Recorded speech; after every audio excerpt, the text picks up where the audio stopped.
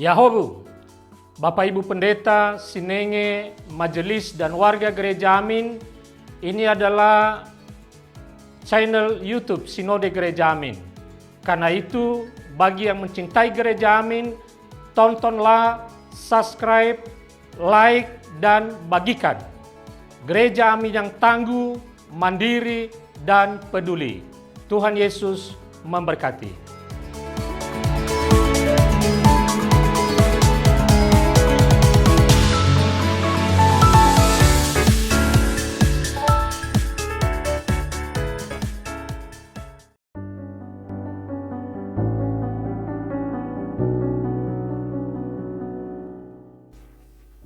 Shalom sahabat muda.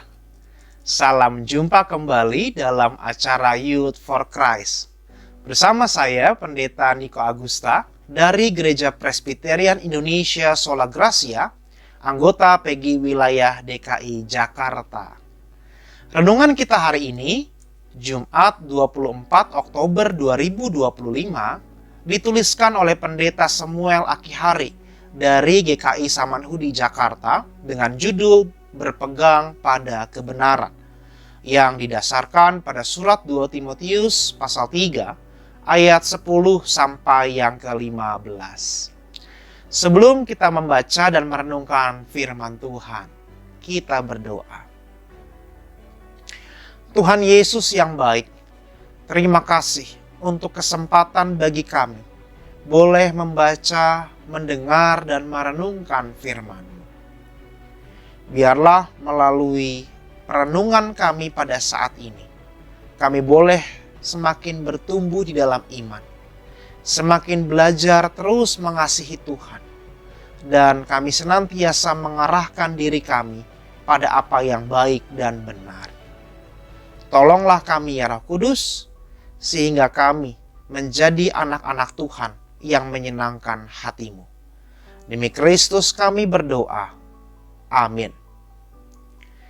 Sahabat muda, yang akan menjadi pusat refleksi kita hari ini adalah 2 Timotius pasal 3 ayat 14. Namun, hendaklah engkau tetap berpegang pada kebenaran yang telah engkau terima. Sahabat muda, Corrie ten Boom adalah seorang Kristen asal Belanda yang hidup selama Perang Dunia Kedua. Keluarganya membantu menyembunyikan orang-orang Yahudi dari Nazi karena mereka percaya akan firman Tuhan yang mengajarkan untuk mengasihi sesama dan melindungi orang-orang yang tertindas. Ketika akhirnya ditangkap dan dikirim ke kamp konsentrasi, Corrie tetap memegang teguh imannya. Di tengah penderitaan, ia terus membagikan kasih Tuhan kepada sesama tahanan. Setelah perang, Corrie mengampuni orang-orang yang telah menyakitinya. Ia menunjukkan kekuatan firman Tuhan yang ia pegang teguh dalam hidupnya.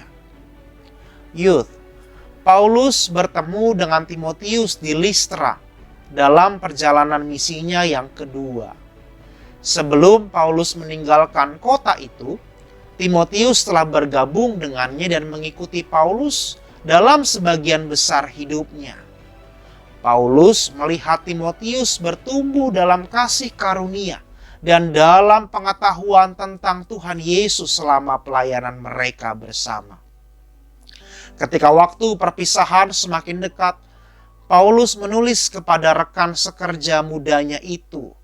Ia menasihatinya agar tetap berdiri teguh dalam iman, memahami kebenaran, dan berpegang teguh pada firman Tuhan dan Injil kasih karunia. Serta mengingat bagaimana ia telah mempelajari kebenaran ini melalui ajaran Paulus dan kitab suci yang telah diajarkan kepadanya sejak masih kecil. Paulus mendorong Timotius untuk tetap setia mengikuti jalan yang benar. Sahabat muda, saat ini banyak ajaran yang menyimpang serta firman Tuhan yang dikompromikan, sehingga menyebabkan banyak orang tersandung dalam perjalanan iman mereka. Kita pun bertanya, mana yang benar, atau apakah iman yang saya yakini masih relevan. Firman Tuhan hari ini mengajak kita untuk tetap berpegang teguh pada ajaran kebenaran yang telah kita pelajari dari Alkitab. Kita berdoa. Tuhan Allah kami, ada begitu banyak ajaran-ajaran di luar sana dan godaan-godaan dunia yang seringkali menggoyangkan iman kami. Hari ini kami mau belajar dari teladan Rasul Paulus kepada Timotius, di mana Timotius diminta untuk mempertahankan iman yang telah ia terima dari firman-Mu. Kami juga mau belajar sebagaimana Timotius di dalam kemudaannya. Ia menjadi seorang yang teguh dan tangguh dalam mempertahankan imannya. Buatlah kami juga menjadi anak-anak muda yang kuat, tangguh, dan teguh untuk mempertahankan iman kami. Terima kasih untuk firman-Mu ya Allah. Di dalam Kristus kami berdoa. Amin. Sahabat muda, demikianlah renungan kita hari ini. Jangan lupa subscribe, like, dan bagikan kepada sahabat-sahabat kita yang lain. Tuhan memberkati.